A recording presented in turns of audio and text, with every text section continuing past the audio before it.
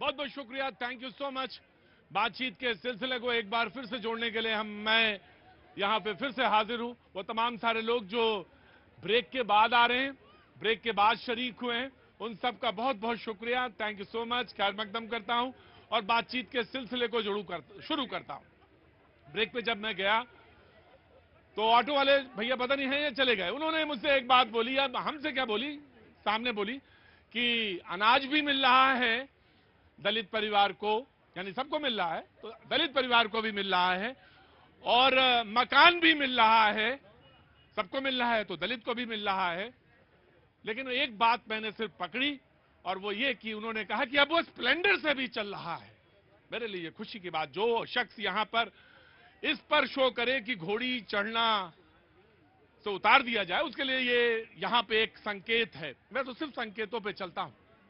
ये देश अगर 2047 का एक संपन्न और समृद्ध देश की कल्पना करता है, तो उस कल्पना में ये सर्वांगीण विकास होगा। सर्वांगीण शब्द हम इस्तेमाल करें, थोड़ा कठिन शब्द है हिंदी का, लेकिन मतलब ये कि संपूर्ण, सबका, पूरा, उसमें वो भी शामिल हैं, चाहे वो अकलियत हो, चाहे बहुसंख्यक हो, और चाहे बहुसंख्यक में खांचे हों बहुत से, उन सबका सामूहिक रूप से जब एक साथ खड़े होंगे, एक जगह खड़े होंगे, तब बात बनेगी, अन्यथा बात नहीं बनेगी। आधा उधर भाग रहा है, आधा उधर भाग रहा है, उधर उधर भाग रहा है, तो आप 2047 का जो संपन्न भारत का या राष्ट्र का सपना देख रहे हैं, वो इतनी जल्दी नहीं पूरा होगा, उसमें बहुत सारे खांचे नजर आएंगे।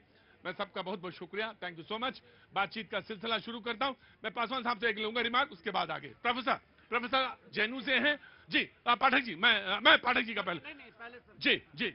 हाँ जी, आपकी बात सही है और हमें गर्व है कि हम भारतीय हैं। भारत दुनिया का सबसे बड़ा लोकतंत्र है और यहाँ भी जो 3000 साल की दास्तां थी वो धीरे धीरे कम हो रही है, खत्म नहीं हुई है, कम हो रही है। और उन्हें बहुत सही कहा स्प्लेंडर वाली बात।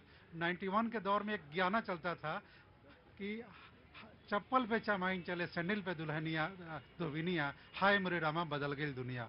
दुनिया बदल रही है, दलितों में भी परिवर्तन आ रहा है, उनके सामाजिक आर्थिक स्थिति परिवर्तन आ रहा है और ये मजबूत सामाजिक स्थिति का संकेत है। लेकिन जहां जहां भी कुछ लेखना रह गया है उसको भी दूर करने की जरूरत है और यह संवाद धर्मिता से ही होगा, यह विवाद से नहीं होगा। जब हम और आप खुल के बात करेंगे, जब हम आप कहेंगे कि नहीं, हम नाराजगी से नहीं, नाराजगी तो इधर भी हो सकती है, उधर भी हो सकती है, बराबर बराबर बात होगी, क्योंकि सब बराबर बराबर हिस्से में हैं। पाठक जी क्या बात नहीं आई, क्योंकि बराबर हिस्सा नहीं हुआ है, पाठक जी रह गए हैं बोलने के लिए। जी जनाब। प्रतीक जी, अभी आपने बोला कि सर्वांगीण विकास, इसी सर्वांगीण विकास के लिए मैं कहता हूं कांग्रेस 100 चूहे खा के हज करने की बात जो करती है, आप याद करिए मोदी जी का सबसे जो सर्वांगीण विकास का एक जो था, वो जो इज्जत घर, सबका साथ सबका विकास तो है ही, लेकिन जो इज्जत घर, उन दलित महिलाओं से जाके पूछिए जो सुबह में रोड के किनारे बैठती थी और जो मनचले जाके टॉर्च मारते थे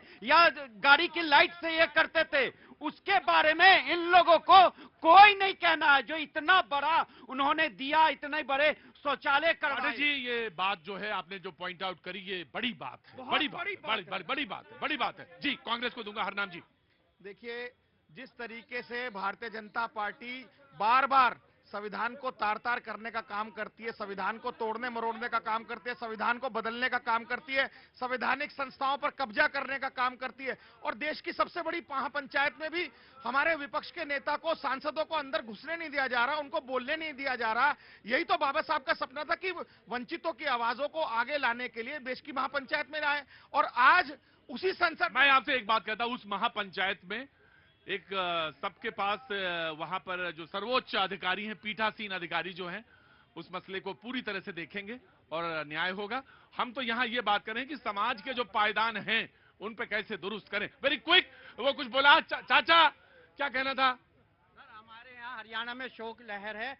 हमारे भूतपूर्व मुख्यमंत्री जी ओम प्रकाश चौटाला जी का निधन हो गया और वो हमारे यहाँ ताऊ देवीलाल जी की पेंशन स्कीम जो थी वो उन्होंने शुरू करवाई थी जी। मैं उस शोक, बिल्कुल हम सारे लोग शरीक हैं, हम उन सारे लोग उन बड़े नेता के प्रति यहाँ पर शोक संवेदना देते हैं जी। जनाब। प्रतीक जी संविधान की बात ये कर रहे हैं, जिन्होंने संविधान को जो है तोड़ मरोड़ के पेश किया, आपातकाल लगा दिए, 132 बार जो है 356 धारा का अवहेलना किए हैं, ये संविधान की क्या बात करेंगे। दूसरी चीज, ये आम आदमी पार्टी वाले लोग बात करेंगे जो बच्चों की कसम झूठा खाते हैं। इसी दिल्ली के अंदर ये कहते थे 500 नए स्कूल बनाएंगे, 20 नए जो है कॉलेज बनाएंगे, 100 नए अस्पताल बनाएंगे।